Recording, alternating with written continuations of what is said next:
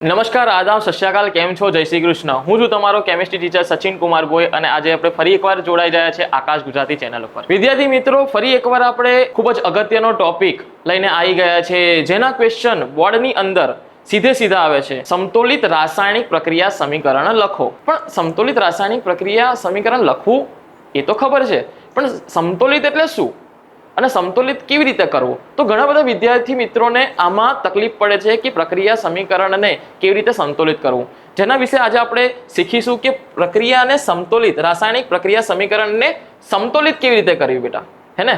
તો રાસાયણિક પ્રક્રિયા સમીકરણને આપણે સમતોલિત કરીએ છીએ. તો જુઓ, રાસાયણિક પ્રક્રિયા સમીકરણને સમતોલિત કેવી રીતે કરવી, એના કેટલાક સ્ટેપ્સ છે આપણી જોડે, કેટલાક પોઈન્ટ છે. એ પોઈન્ટ ટુ પોઈન્ટ આપણે સમજીશું કે કેવી રીતે સમતોલિત કરવી. આજે આપણે તમે એકવાર જોઈ લેશો ને, તો કોઈ પણ તમને પ્રક્રિયા સમીકરણ આપેલું હોય, કોઈ પણ, એ તમે આરામથી સમતોલિત એને કરી શકશો, હે ને? તો જો પહેલો પોઈન્ટ આપણો શું છે કે શબ્દોમાં આપેલા સમીકરણને રાસાયણિક સૂત્રમાં ફેરવો. શબ્દોમાં આપેલું કોઈ સમીકરણ હોય, માની લો કે મારી જોડે છે બેટા સમીકરણ,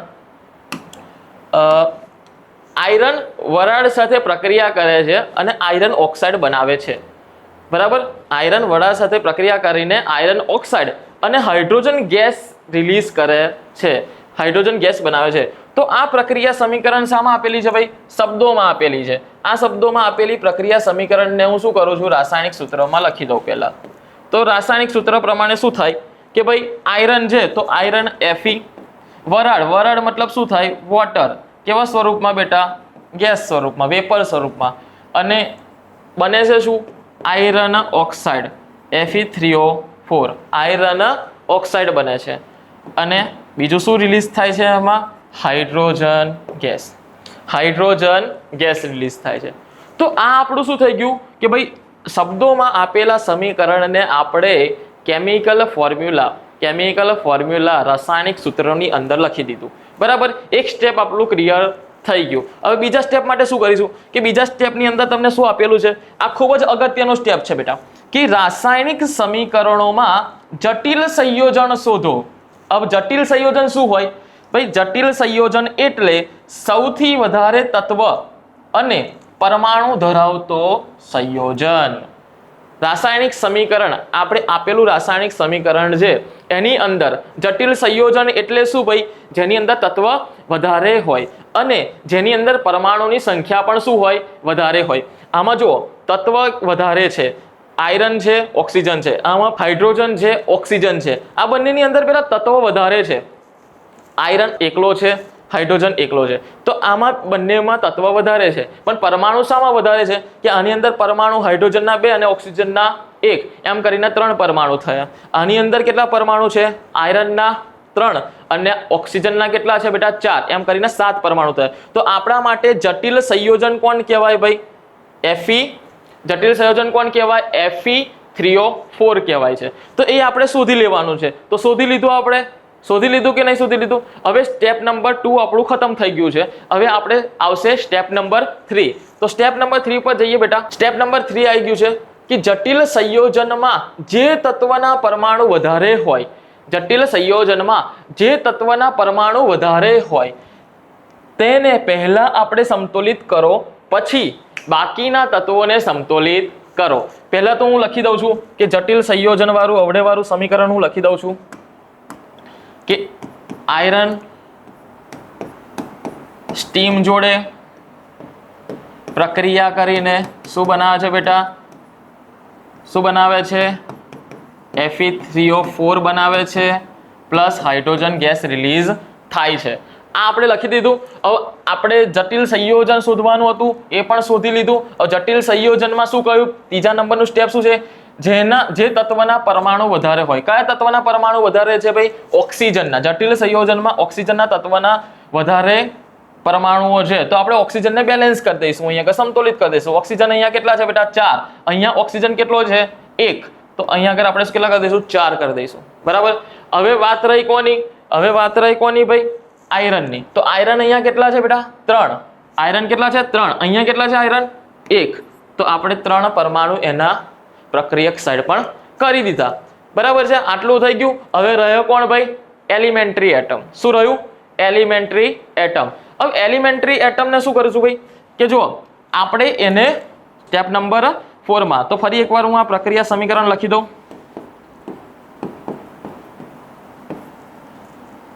શું બનશે? Fe3O4 plus hydrogen gas. હવે જુઓ બેટા, આ શું છે કે ભાઈ આયરન 3 છે, હાઇડ્રોજન. તો 4 નંબરનું સ્ટેપ આપણે શું કહે છે કે છેલ્લા એકલા તત્વરૂપ રહેલા પરમાણુને સમતોલિત કરો. મતલબ છેલ્લા એકલા મતલબ શું કે ભાઈ એલિમેન્ટ ફોર્મમાં રહેલો હોય, તત્વ રૂપમાં રહેલો હોય, તત્વ રૂપમાં રહેલો હોય એવા પરમાણુને આપણે સંતુલિત કરવાના છે. તો આપણે એકલા રૂપમાં કોણ રહ્યો છે? હાઇડ્રોજન. હાઇડ્રોજન અહીંયા કેટલા છે? ટોટલ 8. કેટલા છે? 8. અહીંયા કેટલા છે? 2. તો અહીંયા આગળ 4 લખી દો એટલે આ પ્રક્રિયા આપણી સંતુલિત થઈ જાય. પણ એને ચેક કેવી રીતે કરું કે આયરન કેટલા છે? 3. અહીંયા આયરન કેટલા છે? 3. હાઇડ્રોજન કેટલા છે? 8. અહીંયા કેટલા છે? 8. અને અહીંયા ઓક્સિજન કેટલા છે? 4. આમાં પણ ઓક્સિજન કેટલા છે બેટા? 4. બધી બાજુ સરખું થઈ ગયું. પ્રક્રિયક અને નિપજ સાઈડ પરમાણુની સંખ્યા હરેક તત્વની શું થઈ જાય? સરખી થઈ જાય. એટલે આપણું પ્રક્રિયા સમીકરણ શું થઈ ગયું? સમતોલિત થઈ ગયું. પણ 5મા નંબરનું જે સ્ટેપ છે એમાં શું આવે છે કે જરૂર લાગે તો સમીકરણના સહગુણકને પૂર્ણાંકમાં લાવવા માટે કોઈ સ્પેશિયલ નંબરથી આખા સમીકરણનો ગુણાકાર કરો. પણ બેટા જરૂર લાગે તો અહીંયા તો જુઓ સહગુણકો બધા કેવા છે ભાઈ? અહીં કશું નથી, મતલબ 1. અહીંયા આગળ તો 4 છે. તો આ બધા જે સહગુણકો છે પૂર્ણાંક સંખ્યામાં છે, તો એને આપણે કશું જ કરવાનું નથી. પણ આ સ્ટેપ બીજા ક્વેશ્ચન માટે ઉપયોગી છે જે આપણે નેક્સ્ટ જોઈએ છે. તો કેટલાક એક્ઝામ્પલ આપણે ગણીશું. એમાં આપણો એક ક્વેશ્ચન આવશે જેમાં આપણે શું કરવાનું છે કે 5મા નંબરના સ્ટેપનો ઉપયોગ કરવાનો છે. બીજા નંબરનું જોઈ લઈએ કે ક્વેશ્ચન જોઈએ બેટા. તો ક્વેશ્ચન જાણે આમ છે કે ભાઈ જુઓ મારી જોડે છે આ એક ક્વેશ્ચન છે બેટા. C7H40 રિએક્ટ કરે છે. C7H40 રિએક્ટ કરે છે ઓક્સિજન જોડે અને આપે છે કાર્બન ડાયોક્સાઇડ પ્લસ વોટર. શું કરે છે ભાઈ? C7H40 ઓક્સિજન જો રિએક્શન કરે છે, કાર્બન ડાયોક્સાઇડ અને વોટર આપે છે. આ રિએક્શનને આપણે ભાઈ સમતોલિત કરીએ છીએ. તો જુઓ ભાઈ સૌથી પહેલા આપણો સ્ટેપ શું હતું કે સમતોલિત મતલબ રાસાયણિક સૂત્રમાં લખી લેવું. તો એ તો લખેલું આપેલું જ છે આપણને, એને સમતોલિત સીધું કરવાનું છે. તો બીજા નંબરનો સ્ટેપ શું હતો આપણો? જટિલ સંયોજન શોધવાનું. જટિલ સંયોજન મતલબ જેના અંદર તત્વની સંખ્યા વધારે હોય અને પરમાણુની સંખ્યા પણ વધારે હોય. તત્વ વધારે શામાં છે ભાઈ? આમાં કાર્બન હાઇડ્રોજન, હાઇડ્રોજન અને ઓક્સિજન, અને આમાં કાર્બન હાઇડ્રોજન છે. બરાબર. તત્વની અંદર શું છે? સૌથી વધારે સંખ્યા કોની છે? કાર્બન ઓક્સિજન, અહીંયા હાઇડ્રોજન ઓક્સિજન અને શું છે? Carbon hydrogen. આ રીતે તત્વની સંખ્યા છે. પણ સૌથી વધારે પરમાણુ કોની અંદર છે ભાઈ? C6H14 ની અંદર છે. C6H14 ની અંદર છે. તો સૌથી પહેલા આપણે આને સંયોજિત, આ સંયોજનને બેટા બેલેન્સ કરીશું. તો આ સંયોજનને બેલેન્સ કરવા માટે સૌથી વધારે તત્વવાળું ત્રીજા નંબરનું સ્ટેપ શું? સૌથી વધારે પરમાણુ ધરાવતો તત્વને સંયોજન સમતોલિત કરો. તો હાઇડ્રોજનના કેટલા છે? 14. કેટલા છે? 14. અને અહીંયા આગળ હાઇડ્રોજનના કેટલા છે બેટા? 2. તો 14 કરવા માટે અહીંયા કેટલાથી ગુણવું હોય? 7 નંબરથી એનો ગુણાકાર કર્યો તો કેટલા થઈ ગયા? 7 દુ 14. અને અહીંયા પણ કેટલા થઈ ગયા? 14. તો એ સંતુલિત થઈ ગયો. હવે કાર્બનને સંતુલિત કરો. તો કાર્બન અહીંયા 1 છે, અહીંયા 7 છે. તો અહીંયા આગળ કેટલા લખી દો બેટા? 7 લખી દો. થઈ ગયું. હવે લાસ્ટ સ્ટેપ 4 નંબરનું જે સ્ટેપ હતું એ આપણું કયું હતું કે ભાઈ તત્વરૂપ રહેલા પરમાણુને સંતુલિત કરો. તો તત્વરૂપ અહીંયા કોણ રહેલું છે? ઓક્સિજન. તો ઓક્સિજન આ સાઈડ કેટલા છે બેટા? 2. આ સાઈડ કેટલા છે? 2 અને 7 કેટલા થયા? 14. અને અહીંયા આગળ કેટલા છે? 7 અને 1 કેટલા થયા બેટા? 7 અને 1 21 થયા બેટા. કેટલા થયા? 21 થયા.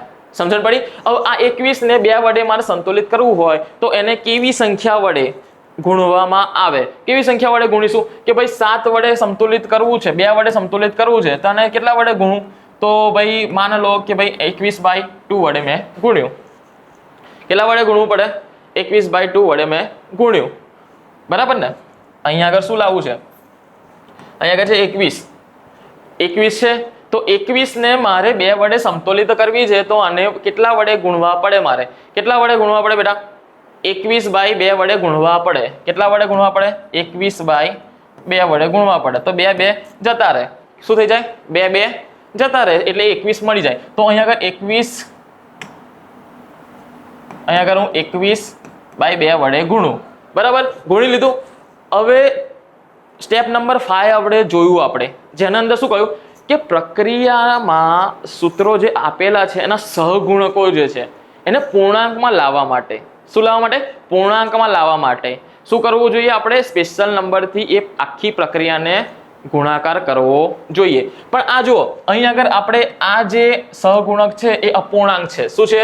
અપૂર્ણાંક. આ સહગુણકને અપૂર્ણાંકમાંથી પૂર્ણાંકમાં લાવવા માટે કોઈ સ્પેશિયલ નંબર મતલબ કે 2 વડે ગુણાકાર કરું છું ત્યારે કેવી રીતે લખાય છે કે 2C7H14 પ્લસ શું થશે ભાઈ? આ 2 વડે ગુણાકાર કરીએ તો 2 2 જતા રહેશે, તો 21 ઓક્સિજન. કેટલા થયા? 21 ઓક્સિજન. આ શું થઈ જશે? 14 કાર્બન ડાયોક્સાઇડ. અને આ શું થઈ જશે? 14 વોટર મોલેક્યુલ થઈ ગઈ. તો આપણી આ પ્રક્રિયા શું થઈ ગઈ? સમતોલિત થઈ ગઈ. પણ ચેક કરવા માટે શું કરીશું કે ભાઈ જો કાર્બનના અહીંયા આગળ કેટલા છે? 14. અહીંયા આગળ કાર્બન કેટલા છે? 14. બરાબર છે. હાઇડ્રોજન અહીંયા આગળ કેટલા છે ભાઈ? 2 અને 14 કેટલા થયા? 28. તો અહીંયા આગળ 2 અને 14 કેટલા થયા? 28. તો થઈ ગયા પણ. હવે જોઈએ ઓક્સિજન. ઓક્સિજન અહીંયા આગળ 21 ગુણ્યા 2 કેટલા થયા? 21 ગુણ્યા 2 42. અહીંયા આગળ કેટલા થાય છે બેટા? 21 અહીંયા 28 છે. 2 ગુણ્યા 14 28 પ્લસ આ 14 કેટલા થયા બેટા? કેટલા થયા? 42 થયા. તો જો બધા જ પરમાણુઓ પ્રક્રિયક અને નિપજ સાઇડ તત્વોના કેવા છે? થઈ ગયા સરખા. તો આપણી આ રાસાયણિક પ્રક્રિયા સમીકરણ સમતોલિત થઈ ચૂક્યું છે. સમજણ પડી કે ના પડી? ભાઈ ફરી એકવાર બીજો એક ક્વેશ્ચન કરી લઈએ આપણે. એક ક્વેશ્ચન એવો છે બેટા, મારી જોડે છે મિથેન. હવે આ મિથેનને હું ઓક્સિજનની પ્રેઝન્સમાં રિએક્શન કરાવું છું તો શું બને છે ભાઈ? કાર્બન ડાયોક્સાઇડ અને વોટર બને છે.